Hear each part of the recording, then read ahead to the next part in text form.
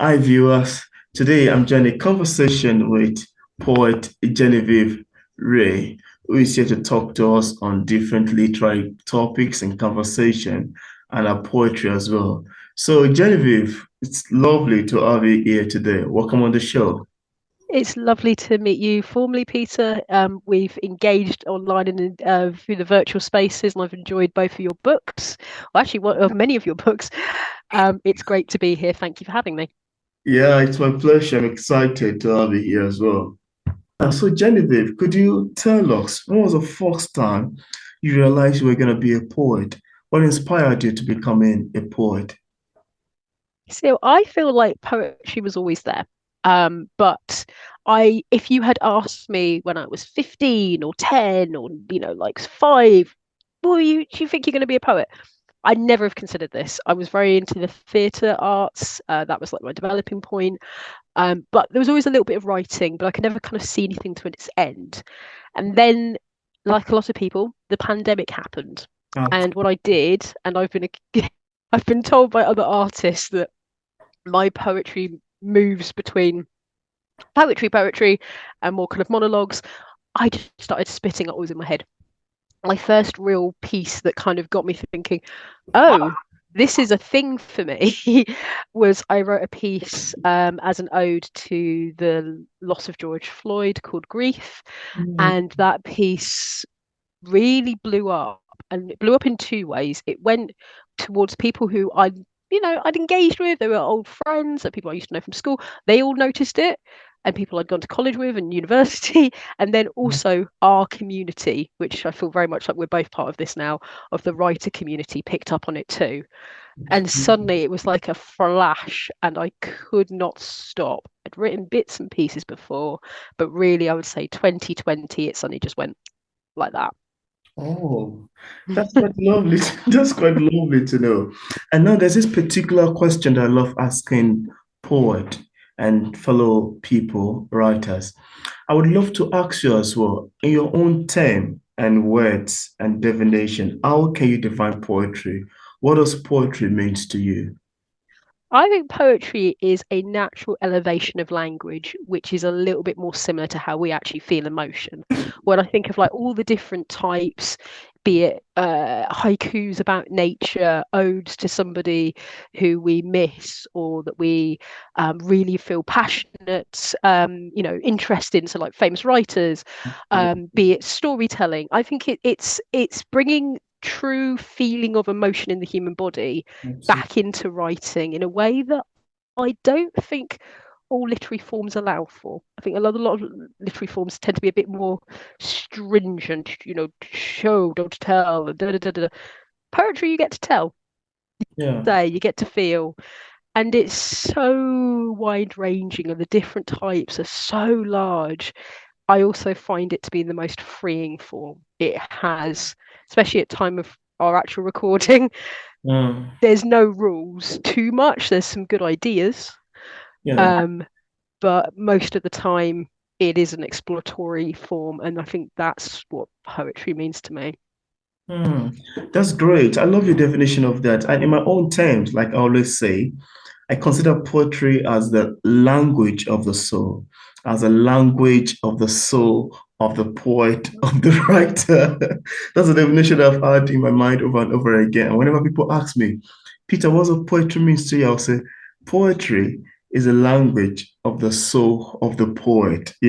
That's my simple Love that. definition of poet. I love that. I think you're bang on right. It's beautifully succinct as well. Good on you, Fisa. It's as easy and concise as that. Yeah. Now, I also see that you have a website where you review books. Would you love to tell us about what inspired the making of Ray Light Reviews? Also, how do you come about the name Ray Light Reviews? Yeah, so it came from an experiment because around December time, I did and I didn't finish it because that's for me. I did a 12 days to Christmas. I almost got to the 12 of different poets that I knew that I really loved. And I almost did like two a day and would say, like, this poet's very similar to this poet. And they could be for like different parts of the globe. So this one poet, like one of the days, my dear friend Marianne and my dear friend Manju, one was in India, one was in St. Martin. And they both had a lot of similarities in their writing. And I was talking about all the things that I loved about it, their theming, the concepts, how they performed, and all the rest of it. That had actually also come from the fact that I'd had a few people say, wow, when you look at my writing, you see it. And I'd been tutoring and mentoring and starting to lecture on poetry. Mm. And so few people said, I was like, oh, maybe I should continue this. And people said, yeah, you should make a website about it. And I went, okay, I will. But I held off for ages. And then I started doing a new type of mentoring and I was crashing against it. And have you ever found this, Peter? Sometimes you keep crashing it against it and the universe keeps coming up against it again and going, yep, you need to be doing this. So I was like, right, fine, I'll do it. And I picked a few Absolutely. books of some dear friends who I don't know how widely they're known in the community. One had a book launch just coming. So it tied quite nicely with her time frame. And I went, right, we're going to do this. So set it up on WordPress. It's Ray Lit Reviews. Uh, it's very simple pun on pun because I am my father's daughter. A joke I'll get in if I can. Ray is my surname. And we are very much Ray, like the sun ray. Lit for literature and the similarity to you utilizing it for the show. And then reviews, it had a nice bit of alliteration to it, so I thought that would stick in people's heads. And it tied to the fact that it was me reviewing. I use a lot of sunshine imagery on the site and the fact that it's literature focused, but very specifically shorter or collection based literature, really. Yeah. And there, that's how it came about. Yeah, that's great. And I so much even love your review of A Cry for Mercy on the Real Light Show. It's really amazing. I love it. It got me smiling as I keep reading the paragraphs and the lines.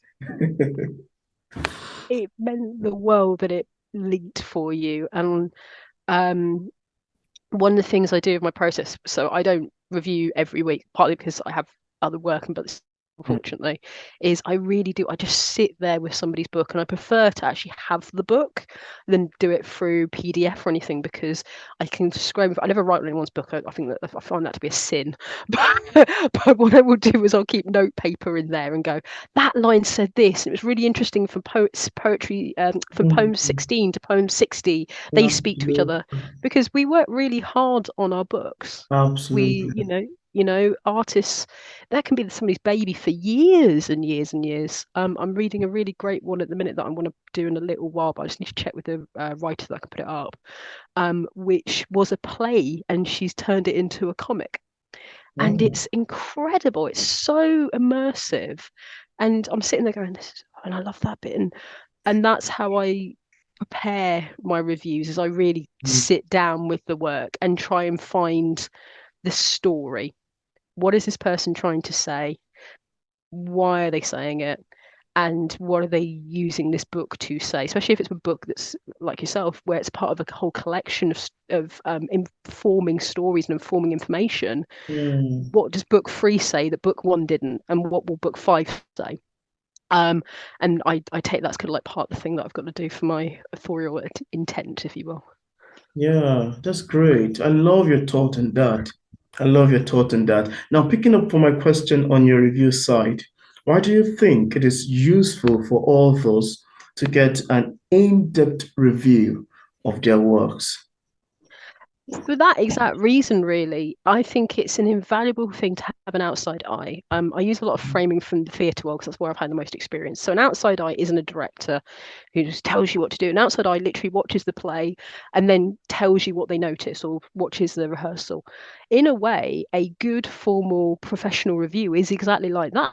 Somebody who's not been necessarily part of the process, looking from the outside and really, as I said, engaging with your work, usually from quite an emotive place. Eventually, they'll probably fall in love with the book as they do it. Yeah, But more than that, they're looking at it, as a quality piece of art. absolutely. How does this thing, what is it doing? How is it changing the industry? How is it moving things? What has this person done? Or my favorite thing is when I've got a couple of somebody's books and it's like, wow, this was the one. This was the one that changed everything. This was their magnus opus. Oh, Mm, I love that. It's such a joyful feeling because you go, they've learned stuff, they've changed stuff, they've taken information in, or they've changed their mind on something. And you're watching that person, and as you said, the soul of the artist there and the soul of the writer, you absolutely. get to read that with them. So Absolutely. having that review, I think, can be really helpful. And also because I know how disheartening it is. I have this with my theatre experience, I've had this in my spoken word experience, to have somebody go, it was really great. You want to tell me why? You want to give me a sort of work with her? No, you know exactly what I mean, though. And it's lovely, and it's maybe the person Oh, doesn't know what else to say, but every now and again it'd be nice to have something to work with. Like that was great because, oh, oh, yeah. that's great. That's good. And I think I really agree with you. In-depth review is actually very important. It's necessary because I remember when I was starting up, when I first published my book, my first book, Ecstasy of the Dead, then I had no reviews at all. Then all of a sudden, Joshua Keon, one young literary critic from the UK, read it and gave an in-depth review of what I have in Ecstasy of the Dead.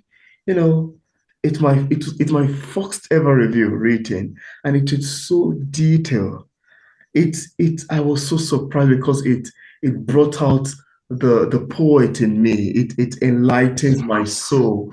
It shows me that yes, I have a what as a writer. The review kind of bring out the what, even though it's not a totally positive review, because at some point you mentioned like there's some issue with grammatical errors, issue with punctuation, with spellings and stuff like that. I appreciate it. But then the fact that it could bring up some great point in the book, it was very long. It was a long review. I felt so excited. I was like, oh my God. So really, I am a good poet, I would say, or my writing are making sense. And everybody deserves to feel like that. It's Absolutely. important. It's good, and I'm so glad to hear that for you because I Yeah. think it is. I think it, and isn't it great as well when you read through it and something you go see, and you can think of like all the people you'd shared your work with before it went out to publish, Yeah. and they didn't get this particular thing, and then the reviewer gets it, and you go, see, I've been saying to everybody Yeah. that was this, and it took that outside eye, someone who didn't live anywhere in your circle, wasn't part of your community, may have a completely different identity to you, but Yeah. got what you were trying to say. Absolutely. It's It's amazing. It blesses your soul. It brings out the it words in you. It gives you the motivation. It inspires you. it does, and it's why for me, and I feel like a lot of people who do tend to write the longer pieces feel this way as well. You Yeah. do, you feel this dedication to being as fair as possible, and also trying to really meet the artist where they are, and give that gift because it's a nice feeling we don't get enough in life. So that's one Absolutely. of the reasons I love doing it. Yeah, that's great. I love that. I love that. Now, Genevieve, I would love to have your opinion about this. What is the difference between a poet and a performance poet? I'm curious. I mean, it's a whole different energy, and I think so one of the things that I have learned through experiences, so sight reading, and all the actors who will watch this later will go, that's not quite what sight reading is. I'm like, I know, I never did it long enough for me to get it completely right. But the whole thing of a piece is you went into you metaphorical you, the person went in writing with passion and feelings, a story in their head, and Hmm. then it gets to the point of being performed, and that doesn't translate. It is read cold the way that we get in school, and it can be a bit heartbreaking because you can feel it in the words, you can hear it in the alliteration, you can hear it in the terming. There are pinpoints in lots and lots of poems that tell you how they're meant to be read. Hmm. You can hear my teachers for Shakespeare when I was in school saying to me, the poetry will tell you, but it's true. you know there's a rhyme and a rhythm, the tongue is meant to do this. It's a whole new set of technique, and what it is a bit like a score on a page. A musician will look at the score and know that means this with this much vibrato, this much this, and actually I need to tune my instrument to this point. Performance poet will look at a piece of writing and do the same thing and go, I need to pause there because they just died. Mm, Then do the next line. It's finding and putting back in all those nuances, all those different bits of music mm, that the writer intended. And sometimes you're guessing because if the writer's long since gone, or if it's your own writing, you may have changed your mind. mm, But you're trying to bring the reader and particularly the listener back to what was in the page and making sure you're being faithful to that. And it is a whole skill. People mm, have personas. There's certain spoken word artists who play a character a bit like a magician or an actor would, and it's not really quite who they are, but it's close enough. Some people have certain vocal tones that you know it's that person because mm, they rise their voice here and you go, oh, that's so and so artist of so and so. It's as wide a form as poetry itself, but I oh, think, and it's surprising to me, and I'll share this as a sort of final bit. I was studying the history of poetry to teach some young people, and I found out that really the spoken word element and the written element have coincided throughout history. They have the same length of history, but we treat it, oh, and particularly me being part of the Western world, we treat spoken word poetry as the new younger kid when they've been around as long as each other. And some poems that we now know very well as written form from the very archaic world and the very old world were sung. They were meant to mm, be performed, but we've turned them into page only. And mm. that's not to suggest that I think one is better or stronger than the other. They're just different art forms. Yeah, I agree with you actually that there are different art forms because sometimes I myself used to imagine how some poet used to memorize their words. I've tried it like in my conversation with you, I've tried it several times. It didn't work. I've never successfully tried memorizing one of my poem. Even if I say, okay, let me read the first line before I think of the art for So I don't know how people can just sit down and start reciting on, on themselves. Actually, I know if you want to do it, if I want to do it, I can do it. Actually, I just have to take my time and learn it and learn it. But then I might be prone to making mistake. But some people are just so professional that they don't make any mistake. But then I love to go the old man's way to hold a copy of my book Oh yeah, grab it out, please. and read it from my hand. Who knows the way? It's much better. I don't want to stress myself. But then This is the thing. I mean, the truth hidden behind the thing is, I can't remember who said this to me. It wasn't my dad or my mum. It was somebody else. But like, there's this whole thing. It's an engineer thing of like, if somebody can't see how you do a thing, it looks like magic. Um, there are tricks to it. They are like, and they are like acting tricks. They're not necessarily like people sometimes underline their work with different colors. So no, this is loud and this is sing and all like you'd think of music. I must admit, I do have a trick. I will remove a card from my sleeve here. I don't learn most of my work. I have a few that I'm starting to get into my head, but the thing Oh, is, I've learned to sight read, so I've learned to find the thing in the line very quickly. So literally, I think I mentioned this to you previously. Quintessentially, what sight reading is if you've got a piece of text you've never seen before, finding the way to perform it. yeah. And pick up, and it's an auditioning technique to see how well an actor reacts to text. Very helpful in film because pages change and move all the time. Um, but you can do that with your own work and even kind of look at it again and go, okay, well, I know there's a space there and I know that. And very quickly you realize when you don't know your grammar because you go, that's not how I spell sorry. Didn't realize that when I put it onto the page, but now I have to read it out. Whoops. And I've done that. I've just leant in and gone, well, I misspelled that. So I'll say it as it's written. True. But it's fun. And the thing is also, I think there's this impression that spoken word art, particularly spoken word audiences. So when you go on stage and stuff, and I was on stage on Sunday, don't want Mm, to laugh. They absolutely want to join in with the fun. mm, A really flat spoken word performance is no fun because it is to perform. So if you mess it up or you forget a line, I mean, doing your own work, you're only upsetting yourself when you're going, I'll talk to me later. Um, or you have a situation where, the writer might have a chat, or if they're very dead, they might not. The Absolutely. most important thing is the people who are listening to you are getting the message. And I think Absolutely. starting to break that down also helped me to become a better performer. Yeah, that's great. Thank you so much for shedding more light on that. Now, what have you learned about poetry since developing your work for stage? Would you love to talk about that too? Absolutely. That there are certain pieces that definitely are premier pieces to perform, and pieces that do not work as soon as you start performing it. They might be a little bit too long. Um, doing so the way I sort of built my skill in that was doing Zoom performances and consistently doing that. You realize there's actually only a certain amount of time away, and you look at a piece and go, that's 16 stanzas, I'm not going to be able to do that one. But also there are certain pieces where actually the reader needs to sit with it to move it. Your work is particularly good for this. I'm going to compliment you here. You are a lovely poet for Thank you. sitting with your work, and really embracing it. It has to be done to really thing, and I hope readers do that when they read your work. Thank you. Does mean you can be translated to the vocal as well, but it's adding and remembering that.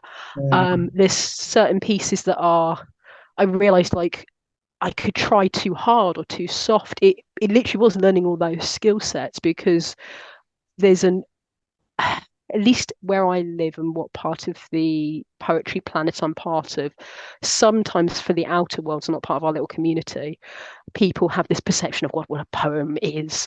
And because of that, they expect not necessarily to find it funny or profound or whatever, they just expect it there and weep into the reeds.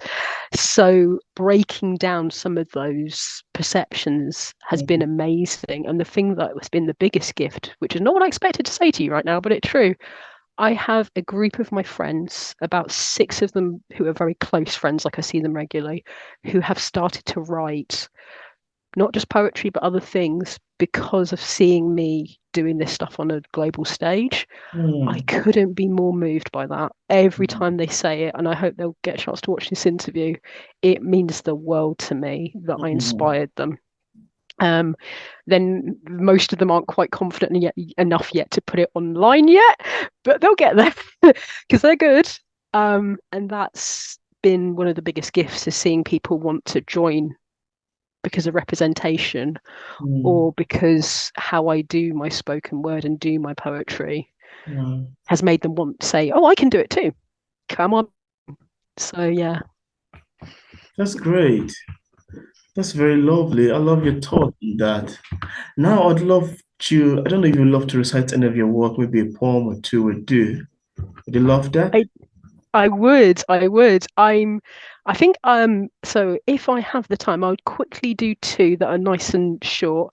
Um so the one that I'd like to start with is Doubts, that got printed in the brilliant Steel Jackdaw, which is one of those magazines that I absolutely adore. If you get a chance to read it, please do. I might sort of link up to it later. Yeah. But this is Doubts, and it's all about the feeling of imposter syndrome. Mm, Doubts. The darkening of winter whispers into the ear of harvest children, and I am consumed with the spectre of doubt. He is a fine gentleman, double-breasted coat, with silk lapels and a sneer of contempt, enough to put cut creases into my forehead. Painstakingly I duet with commonality. His wife, imposter syndrome, claps joyfully from the side seats. He'll pick her up when he's ready. The siren of anxiety sings beautifully into a carbon microphone, her voice extended and tinny by the embrace of old technology, for she is a spirit that has grown old. Swept up in the waltz of worries, progression has been swift and sudden. Now it is a dull throb at my heels, and I feel the ache of wanting, the shame of nothing to report. wow. His smirk is delicious, easy to pray to his wishes, as I stop turning the stage as his. So I write for the sake of thoughtfulness, and in turn change who leads.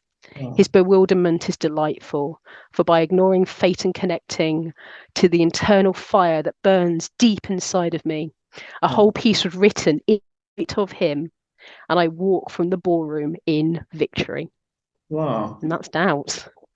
Wow, that's amazing. That's so Thank much you. amazing. Thank you. That's lovely. And I don't know if you have one more. Actually, we have 6 more minutes left to go. And if you can do more recitation, we can pick the last question. That would be great. Yeah, absolutely. Yeah, I will give you the one I promised initially, which is free roaming adult woman. I'll just quickly grab it up. Here we go. This is a fun piece all about the freedom of singlehood and generally just being a woman in space as an adult. Free roaming adult woman. Blood test booking, aubergine cooking, meeting leading, potato peeling, off the leash, hands to the ceiling. I am a free roaming adult woman. Yeah. Mortgage managing, calendar haggling, boss creating, boss commanding, lover philia, curly girl de rigor. I am a free roaming adult woman. Flouncy pick gingham, one bedroom kingdom, over talk the walk, walk talk the trading, up to the moonlight, bored of the hay babies. I am a free roaming adult woman. Woman. Grateful for the side locks, growing to understand the sadness, paying back in the lessons, becoming hard in the madness, future completely open door, Jane Doe to the chances. I am a free roaming adult woman. Adult woman. Trying rap because it's tough, writing new diamonds in the rough, falling in love with the gaps between the laser guided stanzas, liking my femme, funk, and masculinity as it hammers. I am a free roaming adult Adult woman. woman. I'm free forming, struggle to get up in the morning, chat your ear off if you'll let me, in jokes about Maya Angelou, lines if you get me. Free flowing, free spirited, 5G roaming, grown up woman. And there Wow. we are. I am a full Roman adult woman. That's lovely. That's lovely. You. It's a very silly piece, but it's good. That's actually lovely. I love your lines. I love your stanzas. I love your lyrics. They're quite pulling and very romantic. So that's great. That's lovely. Thank And you. now I would love to ask you, Genevieve, on what platform can people find your works in case we have some people who love to explore, maybe read more of your works? Is there a website or a blog linked to about? Absolutely. So, if you want to see my reviews, and particularly my reviews of your work, Ray Lit Reviews, which is on WordPress. So, raylitreviews.co.uk, put WordPress on the end of that, and I should pop right up. I'm Genevieve Ray on Facebook and on Threads, and also Ray Lit Reviews on Instagram. Yeah, and I left a link in the description part of this interview to all of the links where you can access Genevieve's work. So thank you so much, Genevieve, for coming on the show to have this fantastic conversation around literature and poetry. It's very wholesome having this conversation with you. Thank you. It's been an absolute pleasure and so lovely to chat to you, Peter. Thank you for Yeah. everything, and I hope we get to speak again soon. Yeah, thank you as well. Yeah, I'm gonna stop.